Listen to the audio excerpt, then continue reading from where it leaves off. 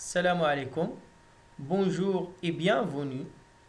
Donc, on va voir dans cette vidéo vecteur champ magnétique, caractéristiques du vecteur champ magnétique, spectre du champ magnétique, superposition du champ magnétique et enfin le champ magnétique terrestre.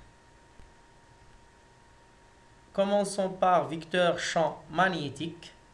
Alors, le champ magnétique est un champ vectoriel qu'on va le représenter par un vecteur et par convention, on le note B, B avec une petite flèche en dessus, ça veut dire vecteur, dit vecteur champ magnétique.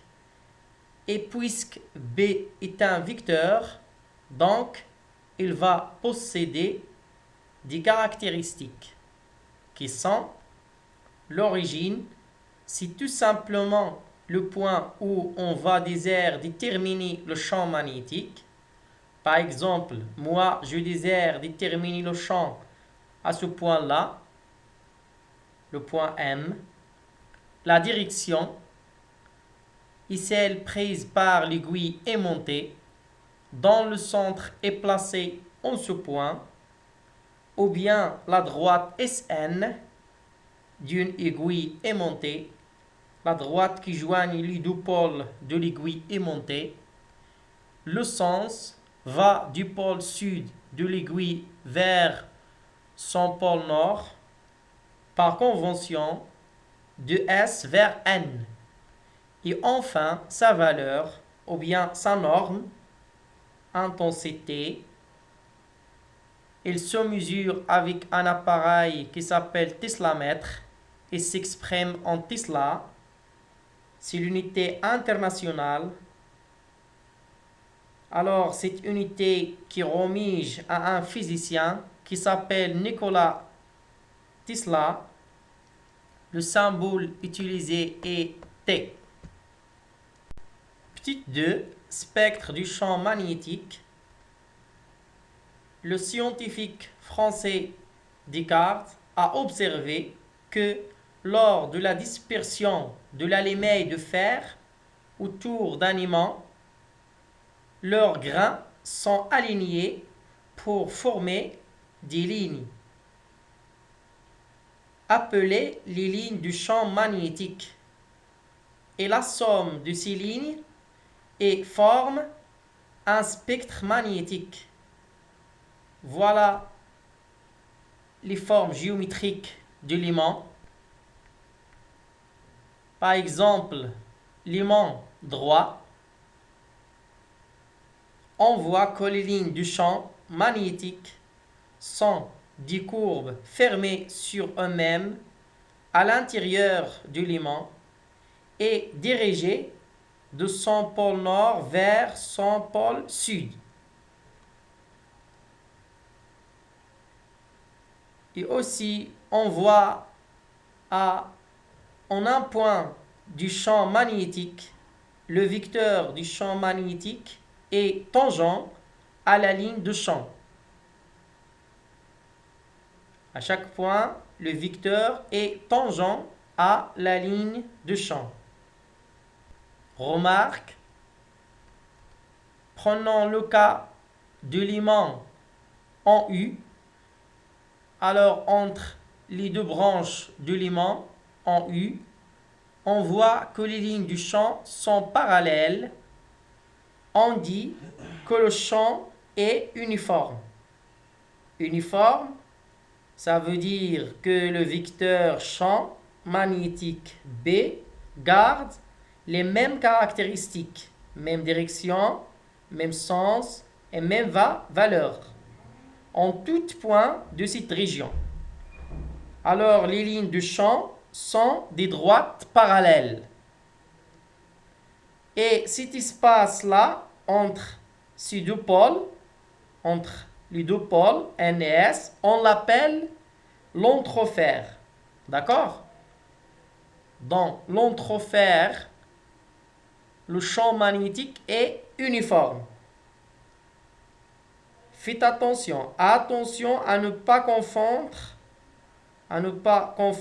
entre l'orientation des lignes du champ avec l'orientation de l'aiguille aimantée.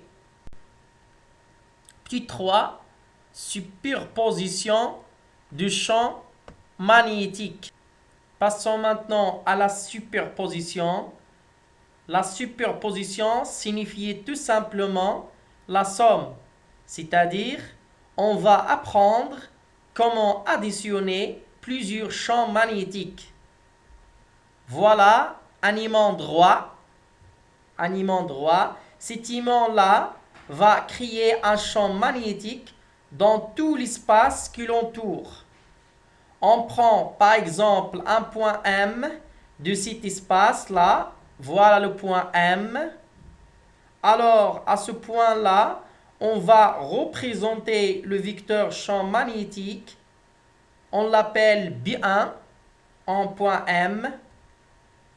Alors, B1 est le champ magnétique créé par l'aimant 1 au point M,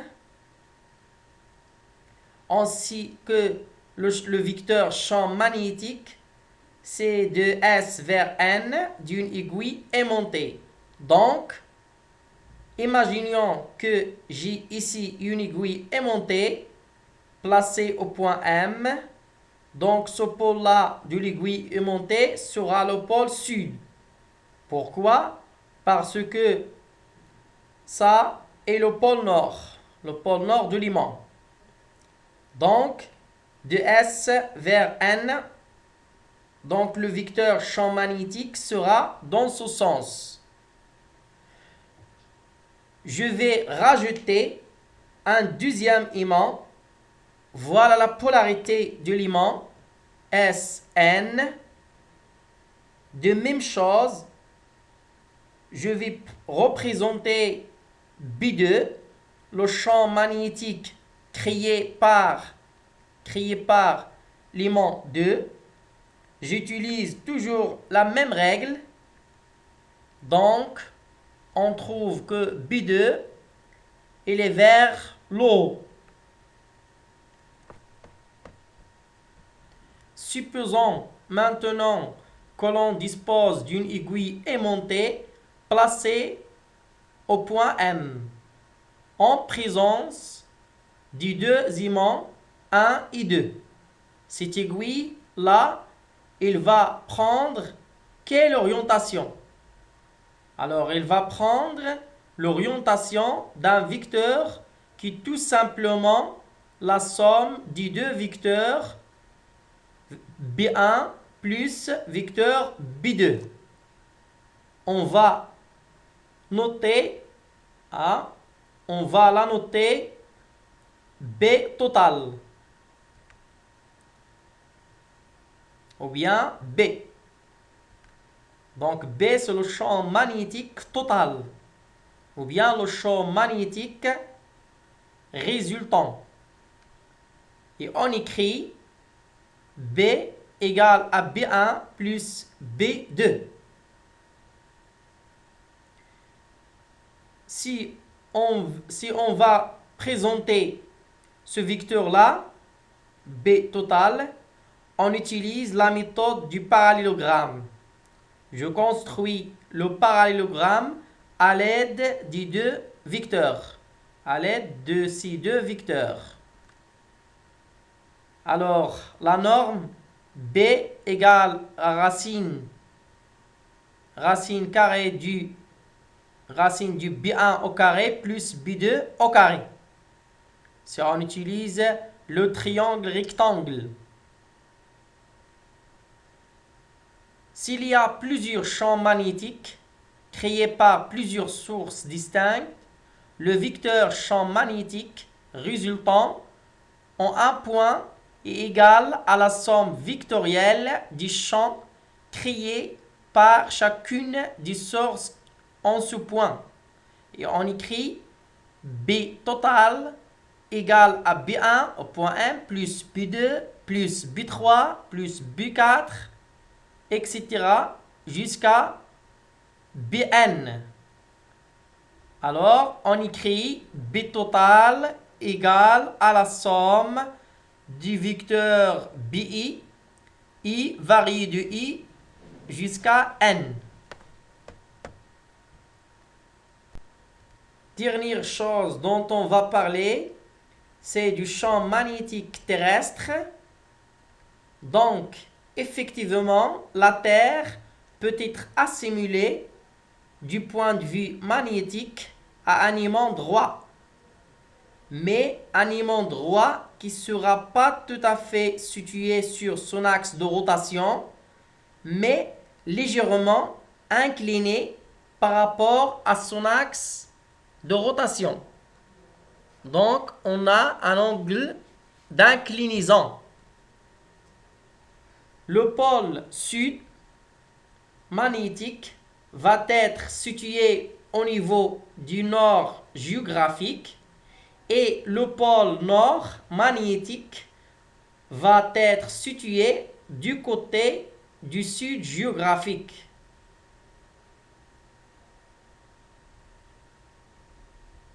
En effet, quand on utilise une boussole, vous savez bien,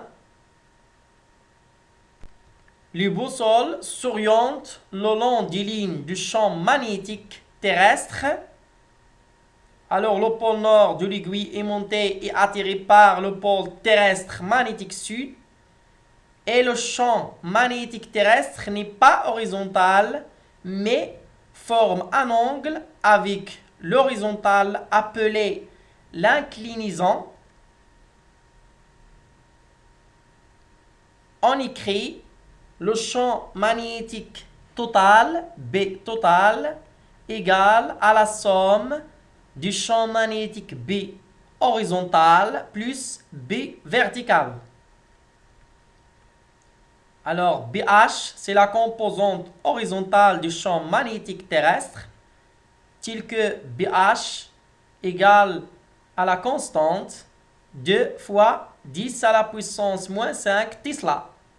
Et BV, le vecteur BV, c'est la composante verticale du champ magnétique terrestre. Et dans ce triangle rectangle, là, on a cosinus I égale à BH, le côté BH, sur B total. On termine par un exercice d'application. Voilà l'exercice. La correction sera dans la prochaine séance. Merci pour votre attention.